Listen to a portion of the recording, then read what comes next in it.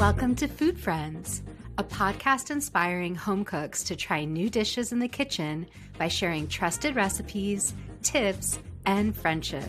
Hi, I'm Sonia. And I'm Carrie. We met in Los Angeles over 15 years ago as personal chefs and haven't stopped talking about food since.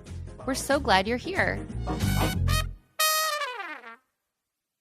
Hi, Carrie. Hi, Sonia. I love these episodes, Carrie. I always learn so much from you about you because we've known each other for so long, but it's very rare that you're in someone's everyday space. And so I just love hearing, what are you eating for breakfast, lunch, and dinner? We've done a couple of these before, but I'm such a nosy Nelly. I love seeing what people eat. We all are.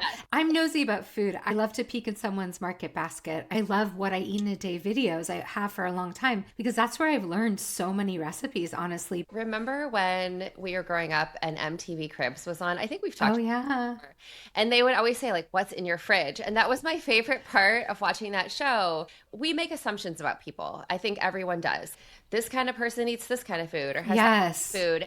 And so opening up someone's fridge or hearing about what are they actually cooking for not a dinner party? What are they eating like for their regular breakfast? I want to know. Thanks so we're both going to share 2 full days of eating. If you enjoyed our podcast, this is really what we're eating this week. Leave us a review. For day one, share this episode I like for when we're doing this, I like to play around with some of my less on rotation breakfasts because I can get into breakfast slumps. So I love this as an opportunity to be like, what other things do I like to make for breakfast? And I have to interject because I feel like you say you're in breakfast slumps. like that's a place where you struggle. But every time you share something, it's this really brilliant, super extra idea. I know. I always feel a little embarrassed too sharing my meals because they are, I think, a little extra overall. But I swear a lot of them are easy. And this was something I made the night before, which was a chia pudding. And of course, we've talked about chia puddings a million times, but I'm always finding ways to improve upon it. So for day one breakfast, I made a blackberry coconut chia pudding because I have a freezer still full of fruit that is giving me massive anxiety as we enter fruit season. I have to get through my fruit. Right. So I've been thinking kind of like when you were thinking about your condensed milk in your pantry, I'm thinking every day, what can I be making with my leftover frozen fruit from last year? And I have quite a few blackberries because they grow everywhere here in the summer. And so I'm going to share a recipe, but I didn't really actually follow one. And some people, when they make this kind of recipe, they'll puree their blackberries, but I just leave them whole. So I just took frozen blackberries, a can of full fat coconut milk, about a quarter cup, a little more of chia seeds, whisked that all together, popped it in the fridge. I don't add sweetener or anything, but you can do you. You know what I did add is a little vanilla, and I have a little vanilla powder. Hour or two after I put it in the fridge, I whisked it again just so it wouldn't stay clumpy. And then the next day, I topped that bowl with some fresh strawberries, which are now at our farmer's market, some flaked almond, and a few more frozen blackberries. And I also did a dollop of labna because I like a little yogurt or... Yum. Like that tanginess and that it's already rich because you've used full fat coconut, which I think is really the only way to go. Yeah, and I want a breakfast that keeps me going. I don't snack very much, so I like things that are high in fiber and high in protein and just make me feel full and satiated. So that did it for me. And this was like, I should be making chia pudding all summer because it's so good with berries and fruit. I really love that idea. And I think that feels so doable. So for lunch, I actually kept it simpler than usual. You might be surprised. I mean, I still feel like you're going to tell me it's not simple, but I made a couple jammy eggs. I had some sauerkraut. I cut up some fruit. I had like a cucumber and some radish and some carrot. And then my friend Amanda had gifted me some really fun sourdough crackers. They're called share crackers, and I think they're made from sourdough discard, and they come from Detroit, and they're in really cute packages. And that was my lunch. It sounds like a snacky plate, which is a term that I learned from you. And I think that helps me a lot with thinking about lunches because my lunches were always very sad. I would forget that I needed to eat, and then all of a sudden I would be so hangry. I would kind of just eat whatever I found. And I always found when you would talk about a snacky plate and putting something a little sweet sweet, something a little crunchy, a fresh vegetable. It's okay to have a cracker or a chip or something, and then some protein. Yeah, I think, we do eat with our eyes. I like a lot of things on my plate. And when I have different colors and textures and variety, it makes me again feel satiated and happier. And I'm also getting all kinds of nutritious things on there. And so all I do is while my eggs are boiling for about 6.5 to 7 minutes, depending how jammy you want them, that's when I'm cutting up some vegetables and fruit, putting it on a plate. You could have any dip or spread. And it takes about 7-8 minutes total to put together my lunch. I sit down and I'm enjoying all the things, and it feels fun and special, even though it took less than 10 minutes. And then you're fueled for the rest of your day. I mean, lunch is half the day you still have to get through. There were definitely times when I would eat junk and then really regret it because I couldn't get through the afternoon. I completely agree. But if I'm having a little more time, I might have made a tuna salad in advance. I might even make a more composed salad. So it really just depends on the week and the day. So for this dinner, I had slightly more time. So my day was kind of rushed, but by the end of the day, I had a little more time. And, meatballs are a staple in our home, but I wanted to do something a little different. And so I found this recipe for bear meatballs, which is an Ethiopian spice blend. I happen to have a jar of the spice blend that I keep wanting to use. So I've been looking for more ways to easily incorporate the spice blend. And these meatballs could not be simpler. The total time it takes is 25 minutes. This is, again, one of the strategies where while the meatballs are cooking, I can be doing other things. But the ingredients are just simply ground beef, some onion, garlic, panko, cilantro, which is a little interesting, fresh cilantro, eggs, and she has you add Parmesan. I did not add that to mine, but that would be delicious. And some of the spice mix. And you can find the spice mix, Bear spice mix online super easily, but it's also available at specialty food stores or certainly at an Ethiopian market. And so there weren't that many ingredients. And again, if you didn't have the spice blend, you could choose whatever spice blend you did want. This is just Whatever a template for a meatball. Whatever you have on hand. But this is what is in any meatball. Any meatball. It's just the flavor profile that you're using. And mixing up the flavor profile is what makes having meatballs regularly more interesting in our home. Yes. And so you preheat your oven to 400 degrees, and she instructs you to bake them on a sheet pan. That said, the meatball book that you have recommended to us a multiple from New York. The Meatball Shop. Thank you. The Meatball Shop cookbook. That's an incredible cookbook. And one thing I recently realized while trying one of their recipes a few weeks back was that not only do they tell you to bake the meatballs like we've talked about before, but they actually tell you to put them snugly in a casserole type dish and not a sheet pan. And I never clocked that before in the recipe. I definitely never clocked that before. So that's what they tell you to do. So I was like, oh, I've been doing it on a sheet pan all this time, even when I've used their recipes. Let me try it in a 9x13 casserole dish. And I just used one of those metal cake pans because I like metal for meatballs for that little bit of a browned bottom. Yes. So I did that with this recipe. I put it in the casserole dish like the Meatball Shop book told me to do. And it came out great. I do think it maybe works slightly better. I don't know why. Certainly a sheet pan works. So do you. But I love that you caught that. I mean, I've been talking about learning how to make meatballs that way for years. And we read recipes and there are things that you retain about them and then things that you don't. So I love that you're sort of bringing it back. I just never noticed it until a few weeks ago. So along with the meatballs, while my oven was already on 400, I wanted to roast some vegetables. So I cubed up some sweet potato. I added some wedges of onion that I had to use up a leftover onion. I think it was white. I didn't have purple like I normally would do. And I cut up a lemon into rounds. I took out the seeds. I threw that on the sheet pan. I added some kind of mix of spices. I don't even know what I did. And drizzled it with oil, salt, and pepper and popped it in the oven with the meatballs. And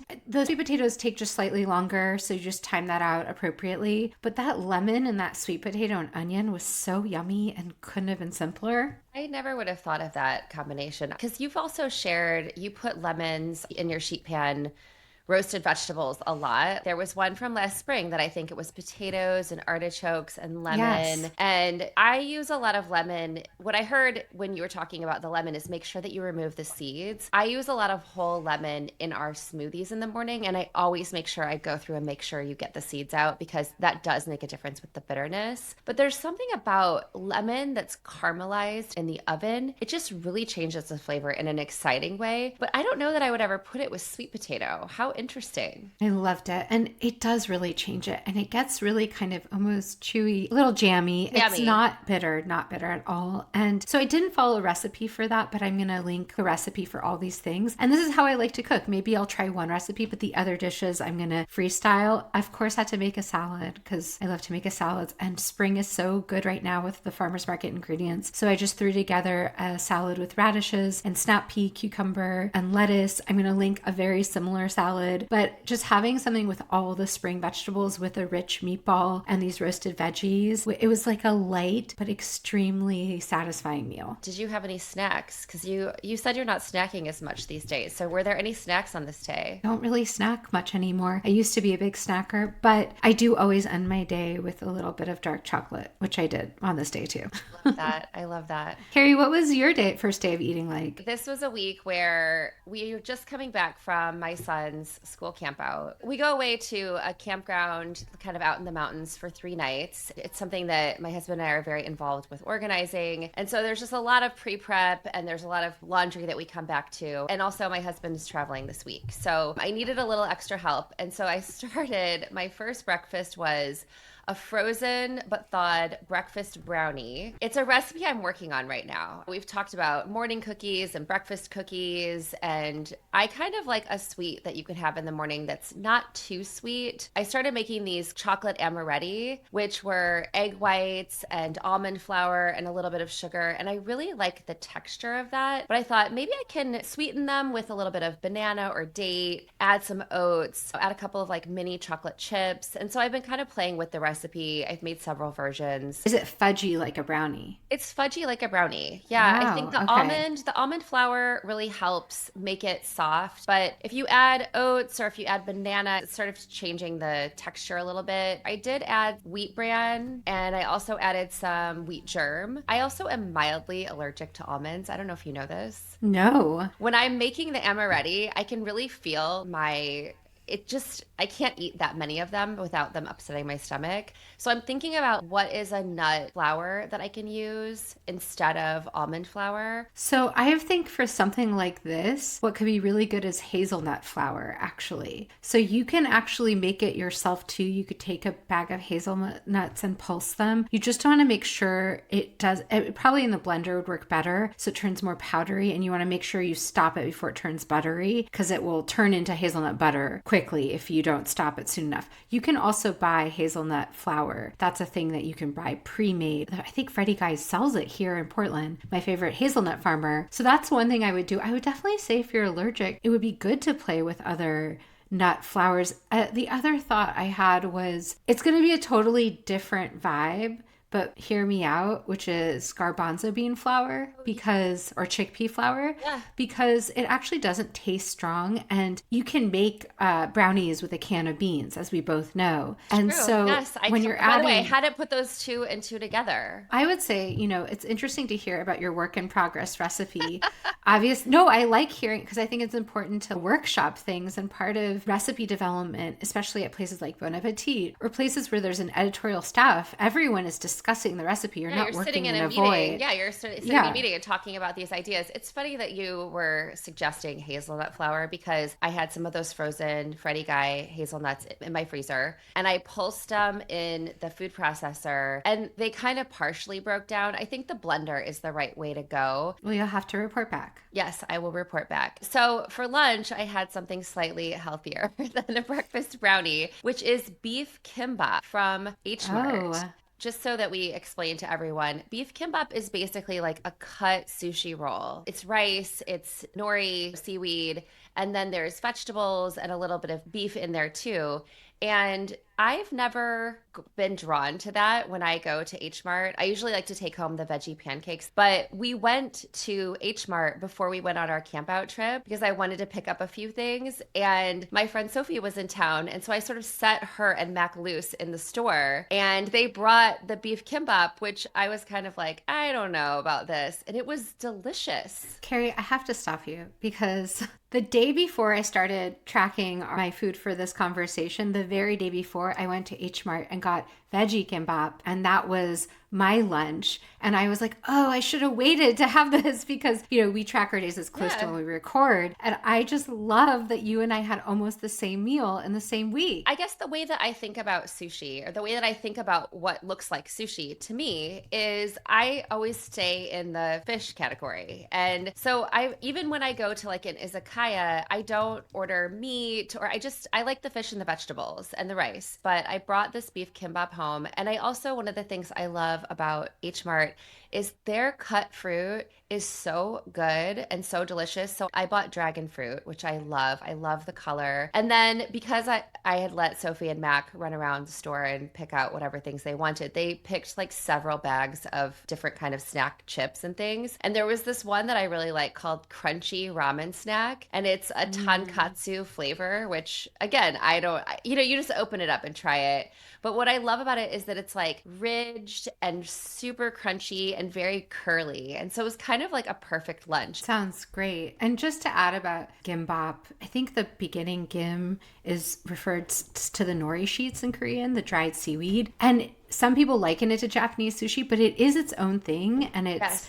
And we'll link a recipe so you can make it if you don't have an H Mart near you, but it really is at almost every H Mart that you can find. And typically it has like carrot, egg, some kind of pickled daikon, cucumber, and then meat or protein, or in the case that I was having, it was avocado or sometimes spicy tuna. So it is such a popular Korean food and truly one of my favorite things. Well, I have to tell you one other thing that happened after that trip, which is that they also, Mac wanted to get some fried rice, and he was eating the fried rice. You're going to laugh so hard. He was eating the fried rice and he goes, "What's this?" And Sophie goes, "Oh, it's Spam." And he goes, "Well, what's Spam?" And so he really liked it. I also took another trip back to H Mart and we bought him a Spam musubi, which is, Spam on top of of classic Hawaiian dish. Yeah.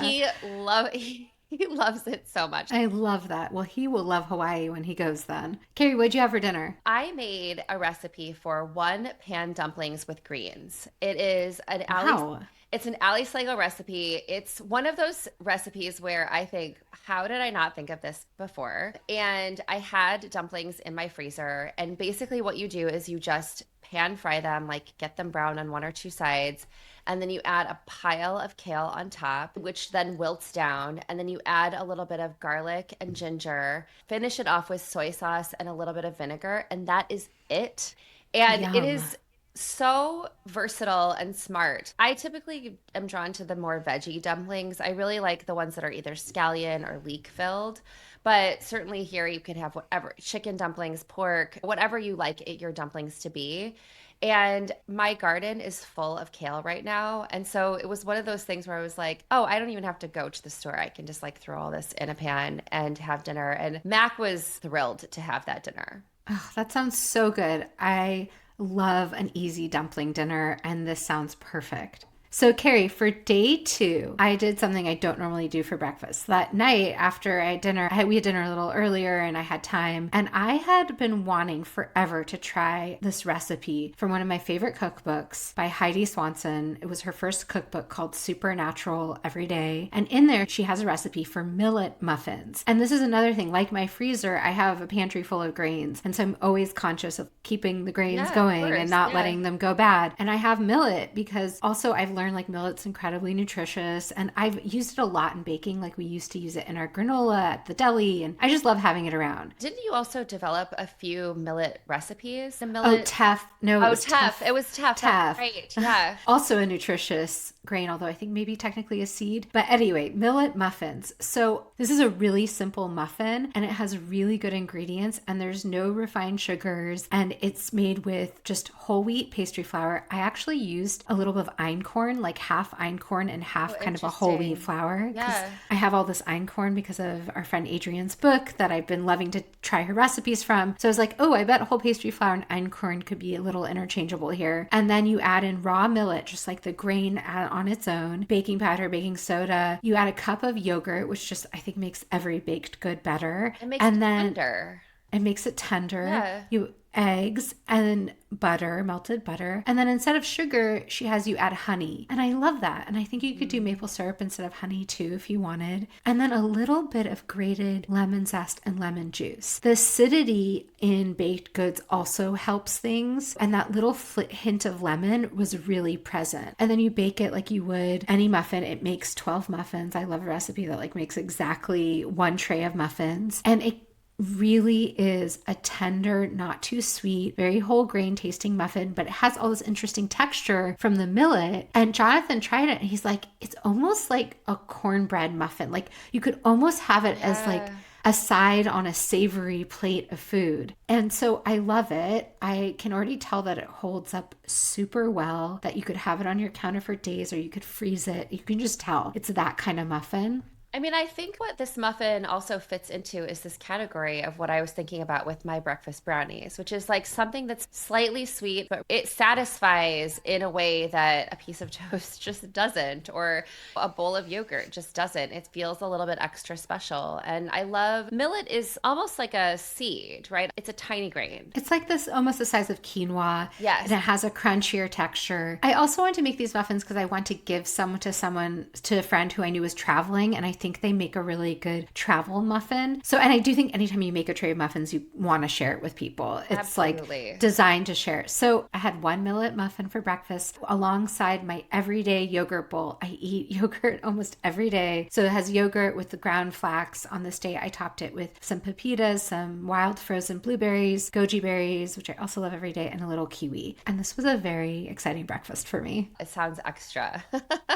It's a little extra, but I'm okay with that. It's like, I feel like everyone is in different camps. Absolutely. And I go to bed thinking about having coffee in the morning and breakfast. Like I am already excited for the next day when I go to bed. Well, Sonia, what did you, after that incredible breakfast, what did you eat for lunch that day? I had made a sheet pan chicken recipe earlier in the week and I had leftover chicken breast. And I was like, perfect, I can make a chicken salad for lunch. And I also had beautiful sugar snap peas from the farmer's market. I was like, oh, I can make a very springy take on chicken salad.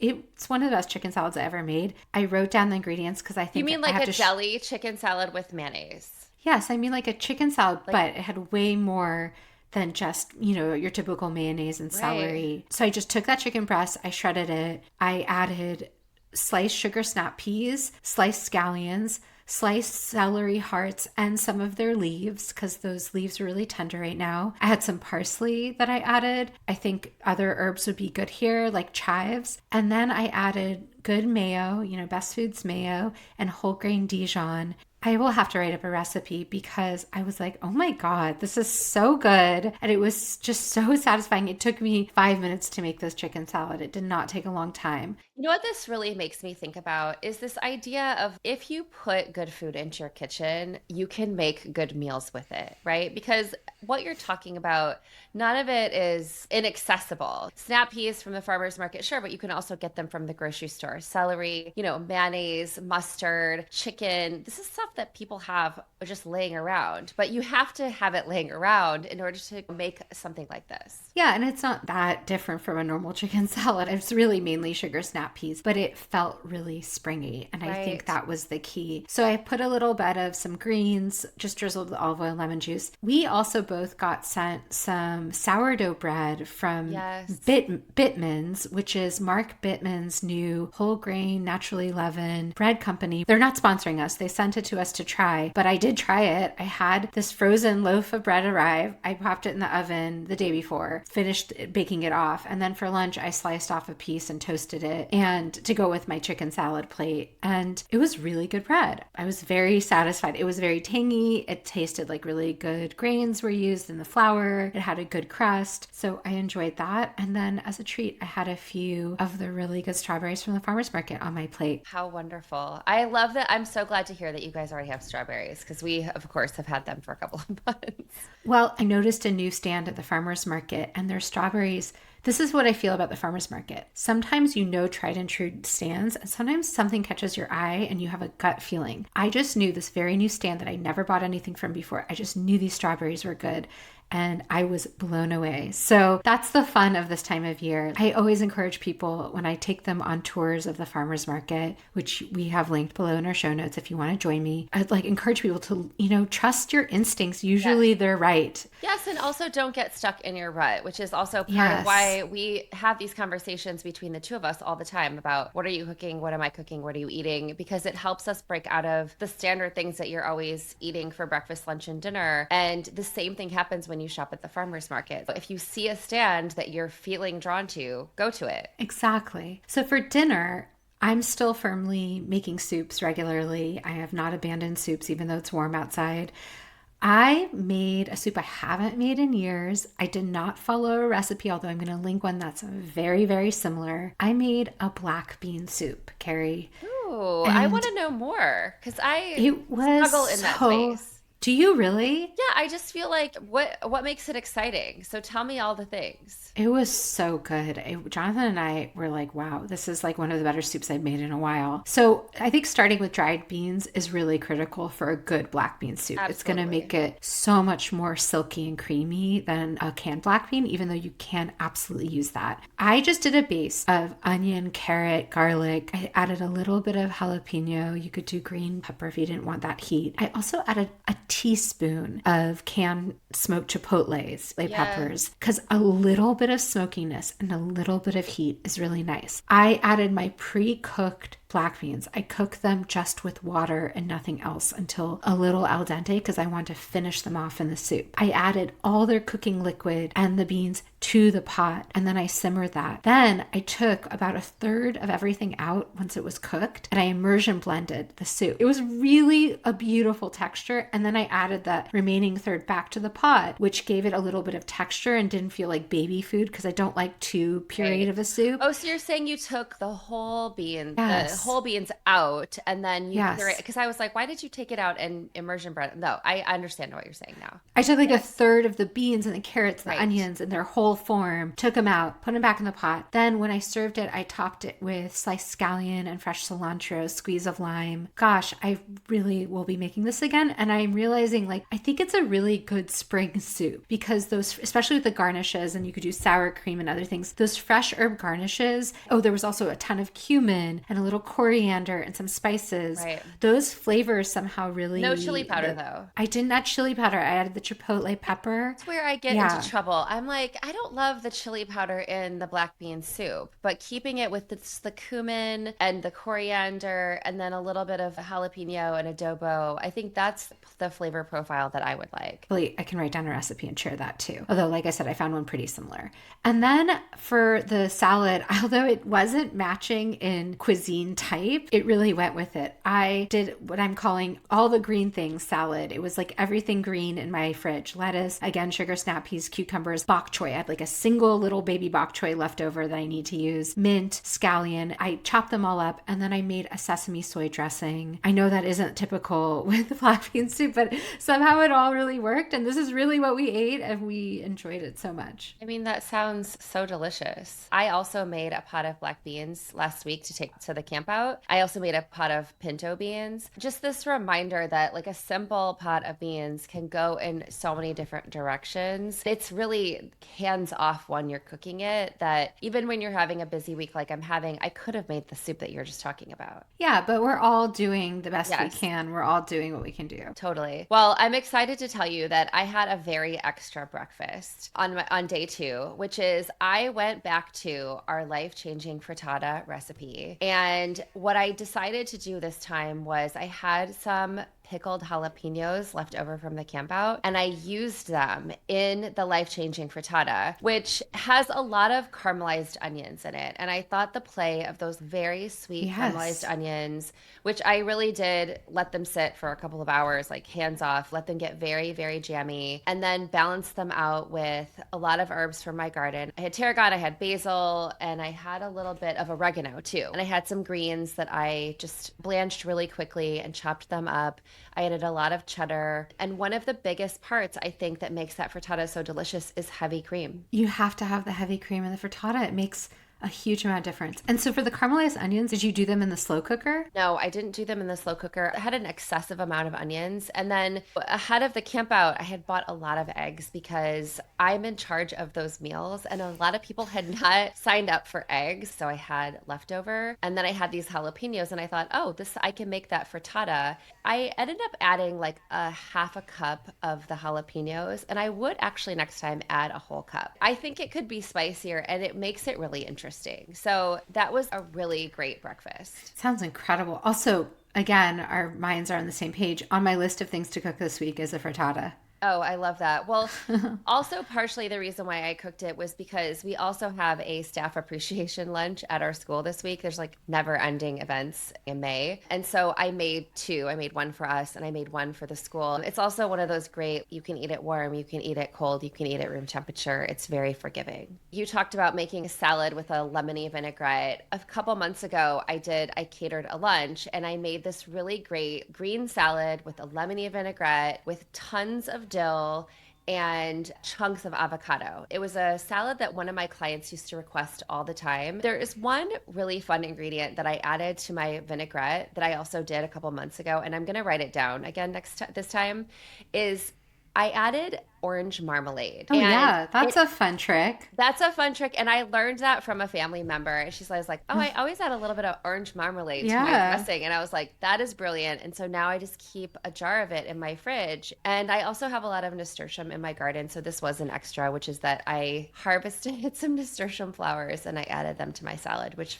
made it feel really special on just like a regular weekday. How beautiful. And then for dinner, we had some beef bulgogi lettuce wraps that I bought the beef bulgogi from H Mart, something I knew that Mac would really like. We are just in a time when I kind of need to prep dinner, and I literally prepped it all and put it on a tray and stuck it in the fridge because we come home and we have about 25 minutes to eat between one activity into the next activity. But one of the great things that I did have on our little tray was hoisin sauce. I mentioned this to you offline, but I said hoisin is one of the things I always keep in my fridge. But after we talked about that, my friend Malin was like, you can't use that brand. And so she gave me the kind of hoisin sauce that she really likes. And I have to say hers is a little bit better. So the brand of hoisin sauce that Malin really likes is Lee Kum Kee, which is just like a very standard That's one. my favorite one too. That's what I get when I have it. Oh, I feel so happy knowing that's You feel Malin's so validated that that's the one. Malin was like, don't use that other one. Here's one that you should use. Just what a good food friend does. I know. What a great tip. Carrie, so for the bulgogi, was it pre-marinated bulgogi raw from H Mart that they have in their meat section, and then all you have to do is cook it? Exactly. And it was very thinly sliced ribeye that was all marinated and ready to go. I just threw it into a hot pan. I added a little bit of sesame seeds on top. I served it with a couple of the sides that I bought too. There's the greens that have a little bit of sesame seeds on it. I want to say it's like morning glory, but it looks kind of like spinach. And then I also had some cooked bean sprouts that's my favorite. Yeah, and so you can buy those at the grocery store and just kind of serve those along. That was my vegetable side alongside the beef bulgogi and the lettuce wraps. And I added a little bit of gochujang to mine along with the hoisin sauce and mac. We loved it. It was perfect. What that actually sounds like meals I easily would have had all of those myself. You and I both cook, several days a week. I think you cook like 6 days a week. I think I maybe cook 4 or 5. But I think it's also important to remind people that store-bought is fine. Leaning on tricks and tips that will get dinner on the table, even if it's not all homemade, that's totally fine. And that's the permission I gave myself this week, knowing that I had a lot of extra laundry to do. We had a lot of events, and also my partner was out of town and I needed a few pre-made things. Yeah, and it sounds just as delicious as anything else. Well, until next time. Until next time, bye. Bye. Thanks for being our food friend. If you enjoyed our podcast, please subscribe, leave us a review, and share this episode with friends. We love hearing from you, so follow us on Instagram or drop us a line at foodfriendspodcast.com. Yes, we'd love to hear from you and your food friends. Happy cooking and eating.